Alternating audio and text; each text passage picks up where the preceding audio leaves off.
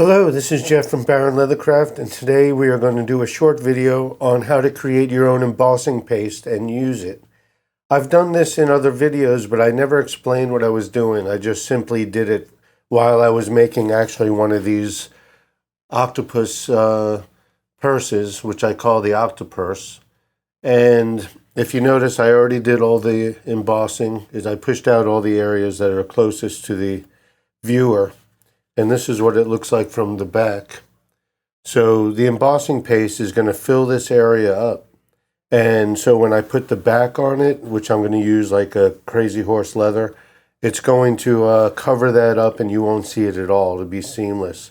So let's go ahead and create the paste and get on our way. For this, you're going to need certain materials. And one of the main material is, I have right here, leather dust. This leather dust is I bought this at Springfield in case you're not able to find it. It's just ground leather dust. Go ahead and check up their webpage. You don't find it. I have no affiliation with them, but I know that a lot of people don't sell this stuff, so I was able to buy it there. So now you know where to get it if you need it. And you're going to need, what I use is the Elmer's glue, which is the rubber cement, and it's a combination between the rubber cement and this.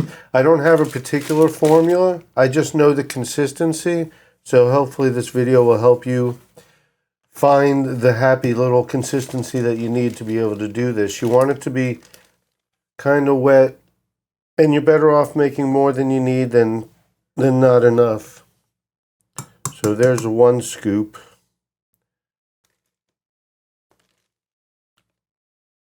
Two scoops,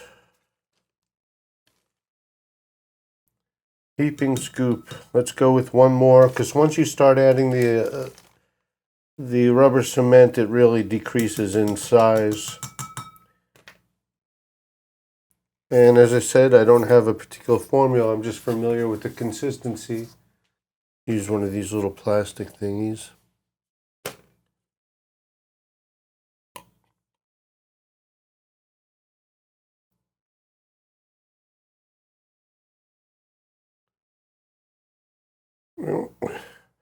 If you put too much in, if you feel the consistency is too much, then you could always put more leather dust. The game is not to, waste any material by trying to find the right consistency from the beginning.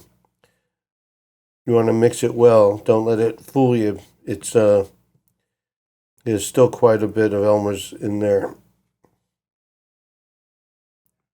And you want it to totally get rid of that powder look. It'll take on like a darker complexion. Smush it up against the wall. See how that really helps. There we're starting to get the consistency.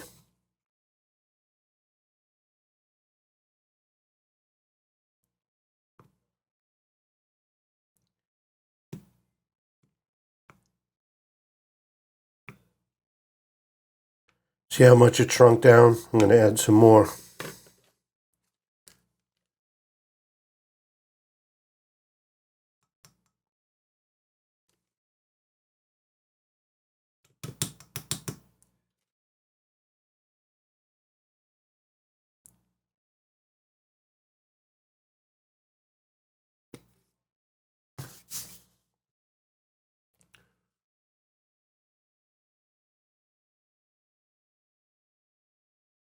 All right, now we're getting somewhere. See how it's starting to get that dark appeal. There is a sweet spot with this stuff, because once you go to spread it down, it could act kind of fickle. There we go. It doesn't, sometimes it doesn't want to stay down.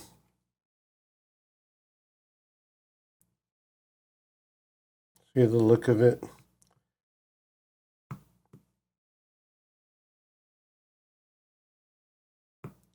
I like pushing it up against the wall because it really kind of mixes like that. That's probably going to be enough. We'll find out. Another handy item Alright, here's my piece of plastic that I use. The use of this is because when I lathe my craft down with this stuff filled in, it won't adhere to the plastic very well, so it makes the paste behave. This looks like it's a pretty good consistency. You see the darkness of it now?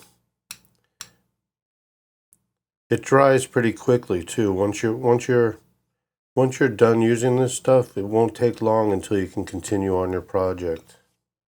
All right. Let's go ahead and fill this in. All right, some people I've heard leave a little layer of glue down there. I've had success without doing that, but I recognize why that might be a good idea. It all depends on the consistency of this stuff.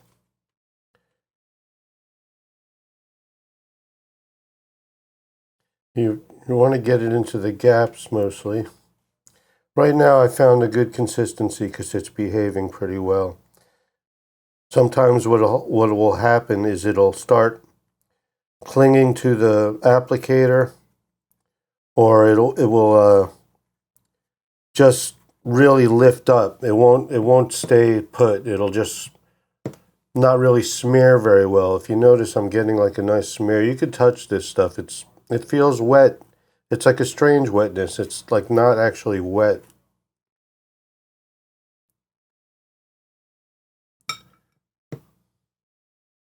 You can take it by hand and fill in those particular holes because you're going to smear it anyway.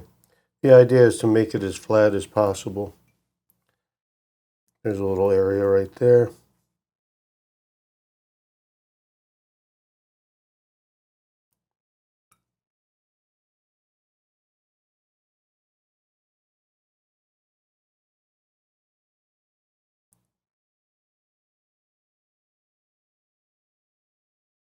Yeah, see how it pulled up right there? Yeah, just play with it.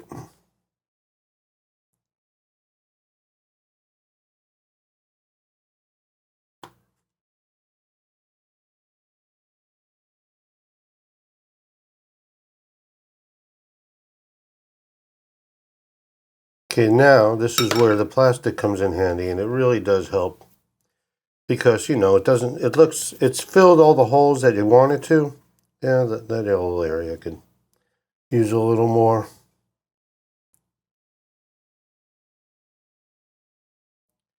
Now I'm going to flip it over.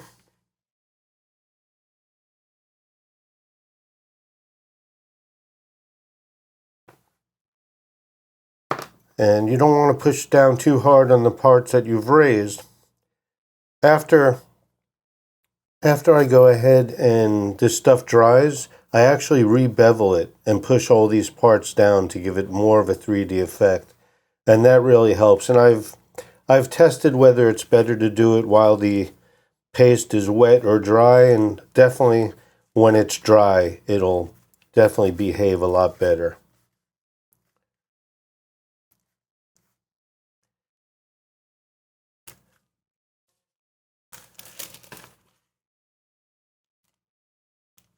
Pull it slowly. There we go.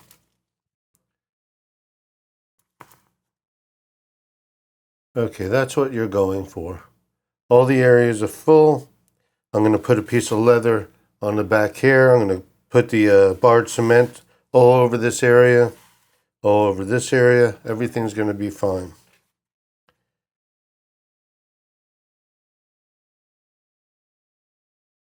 All right, and here's the final product. I went ahead and dyed it with airbrush, all yellow. Then I went in with a light brown gradient, then to a dark brown, then black.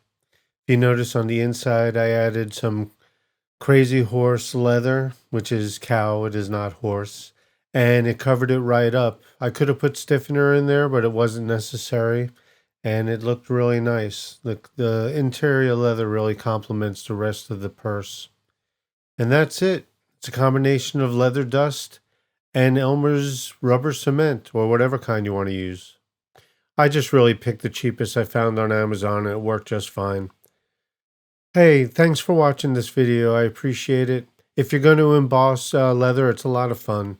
Don't use too thick a leather. This is 4 or 5 ounce leather and it worked out perfectly for embossing. Thank you once again. If you like this video, please go ahead and like it. Feel free to subscribe, of course. That would be great. I have more videos coming, of course. Thank you. Treat each other well and have a great every day. Take care.